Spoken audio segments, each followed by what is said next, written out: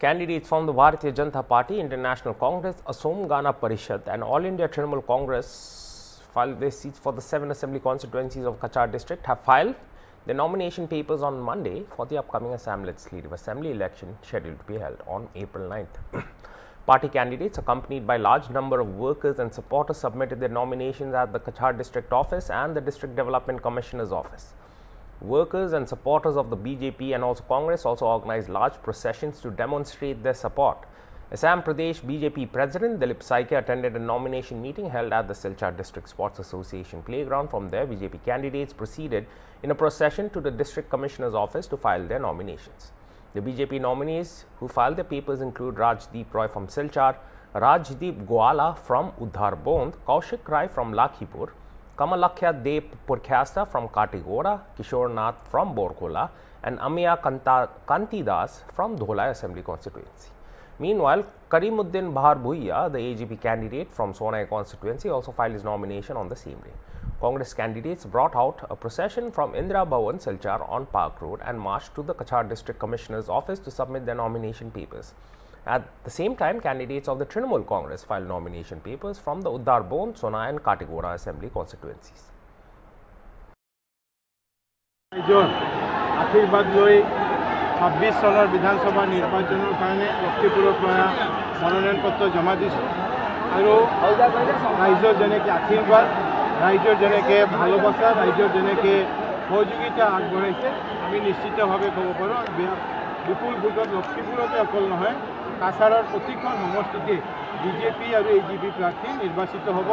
লক্ষ্য এটাই যে ডক্টৰ হিমন্ত বিশ্ব শৰ্মা ডাঙৰীয়াৰ নেতৃত্বত অসমত আকৌ এবাৰ বিজেপি চৰকাৰ প্ৰতিষ্ঠিত কৰিব লাগে। লক্ষীপুৰত এবাৰ কিমান লক্ষীপুৰৰ ৰাইজ এবাৰ এটা সংকল্প লৈছিলে। লক্ষীপুৰত 1,77,209 জন ভোটাৰ আছে আৰু এই ৰাইজে মই ধন্যবাদ জনাওঁ কৃতজ্ঞতা জনাওঁ যে লক্ষীপুৰৰ ৰাইজে সিদ্ধান্ত লৈছে যে কৌশিক ৰায়ৰ বিৰুদ্ধে বিজেপিৰ বিৰুদ্ধে আমি কোনেও নমিনেশ্যন নিদিওঁ। সেইকাৰণে লক্ষীপুৰৰ পৰা কোনো ব্যক্তিয়ে নমিনেশ্যন দিয়া নাই। ভাড়া কৰি কংগ্ৰেছে বাহিৰৰ পৰা এজন লৈ গৈছে, লগত এটা ডেমি লৈ গৈছে, তেওঁলোক বৰখলা বা সোণাইৰ পৰা আনিছে, কিন্তু লক্ষীপুৰৰ ৰাইজে কোনো নমিনেশ্যন দিয়া নাই। সেইটোও মোৰ 5 বছৰে লক্ষীপুৰৰ ৰাইজৰ প্ৰতি প্ৰাপ্তি মৰম আৰু ভালোবাসা। কংগ্ৰেছৰ এগেইনষ্টত কিমান হাতাহাতি লৰাই হ'ব বুলি ভাবিছে? কোনো ঠাইতে কংগ্ৰেছৰ লগত লৰাই নাই, কোনো ঠাইতে কংগ্ৰেছৰ লগত লৰাই নাই। আজি আপোনালোকে দেখি আছে যে ৰাইজ আজি যেনেকৈ বিজেপিক আশীৰ্বাদ দিবৰ কাৰণে ওলাই আহিছে। মই ইমান বছৰৰ পৰা ৰাজনীতিত আছোঁ, মই কেতিয়াও দেখা নাই যে গোটেই কাছাৰৰ এই 7খন সমষ্টিৰ কাৰণে ৰাইজ এতিয়া আজি যিমান আহিছে কেতিয়াও ইমান অহা নাই। সেইকাৰণে এইটো দি প্ৰমাণ কৰে যে ৰাইজ একতৰফাভাৱে সিদ্ধান্ত লৈছে যে ডক্টৰ হিমন্ত বিশ্ব শৰ্মা নৰেন্দ্ৰ মোদীৰ নেতৃত্বত আমি আমাৰ ৰাজ্যক আমাৰ দেশক আগুৱাই লৈ যাব লাগিব। এই বছৰত নিশ্চয় আপোনাক মন্ত্ৰী চৰকাৰ এইটো মোৰ পাৰ্টি দায়িত্ব দিছে বিধায়ক হিচাপে নিৰ্বাচিত হোৱা। যেহেতু মই মন্ত্ৰী আছোঁ, মোৰ এটা অতিৰিক্ত দায়িত্ব হ'ল যাতে আমি বাকী সমষ্টিবিলাক আমি জিকাই লৈ যাব পাৰোঁ। কোন মন্ত্ৰী হ'ব কোন মন্ত্ৰী নহ'ব এইটো পাৰ্টিৰ নেতৃত্ব আৰু মুখ্যমন্ত্ৰী ডাঙৰীয়াৰ এইটো বিশেষাধিকাৰ তেওঁ এইটো কৰিব।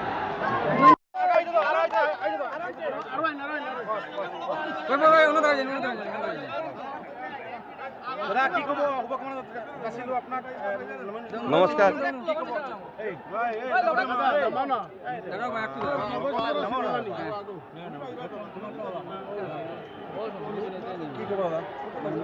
নমস্কাৰ, মই ডক্টৰ অমিত কালৱাৰ। আজি মই বৰখলা বিধান সমষ্টিৰ ভাৰতীয় জাতীয় কংগ্ৰেছ প্ৰাৰ্থী হিচাপে নমিনেশ্যন দাখিল কৰিছোঁ। মই আজি বহুতেই আনন্দিত। মোৰ ছাপৰ্টাৰবিলাক আহিছে, যিবিলাক বৰখলাৰ বিভিন্ন জাতি ধৰ্মৰ মানুহ আহি যিভাৱে মোক ছাপৰ্ট দি আছে, যিভাৱে মোৰ উৎসাহ বৃদ্ধি কৰি আছে। আগামী দিনত মই যিহেতু বৰখলাৰ ল'ৰা, মই বৰখলা উন্নতিৰ স্বাৰ্থে মানে মোৰ যুঁজি থাকিম। বৰখলাক কিভাৱে উন্নতিৰ পথত লৈ যোৱা যায় আমি জনগণৰ লগত একলগত মিলি পেলাই চবে মিলি পেলাই কাম কৰি যাম এবং আগামী দিনত আমি চাব বৰখলাই এটা উদাহৰণ পেশ কৰিব আমাৰ এণ্টায়াৰ আসামত, এণ্টায়াৰ ভাৰতবৰ্ষত। কিমান ভোটত জয়ী হ'ব বুলি আশা কৰিছে? 20,000 প্লাছ। আচ্ছা, বৰখলাত এটা পৰম্পৰা আছে, প্ৰায় বেছিভাগে সংখ্যালঘু কেণ্ডিডেট দিয়ে। এইবাৰ ব্যতিক্ৰম আপোনাক দিলে, তাৰ কাৰণে মুছলিম ভোটাৰবিলাক বা কিছুমান লিডাৰে অলপ অপজিশ্যনত আছে, গতিকে কি কৰিব? চাওক, ভাৰতীয় জাতীয় কংগ্ৰেছ এটা হ'ল ধৰ্ম নিৰপেক্ষ এটা দল।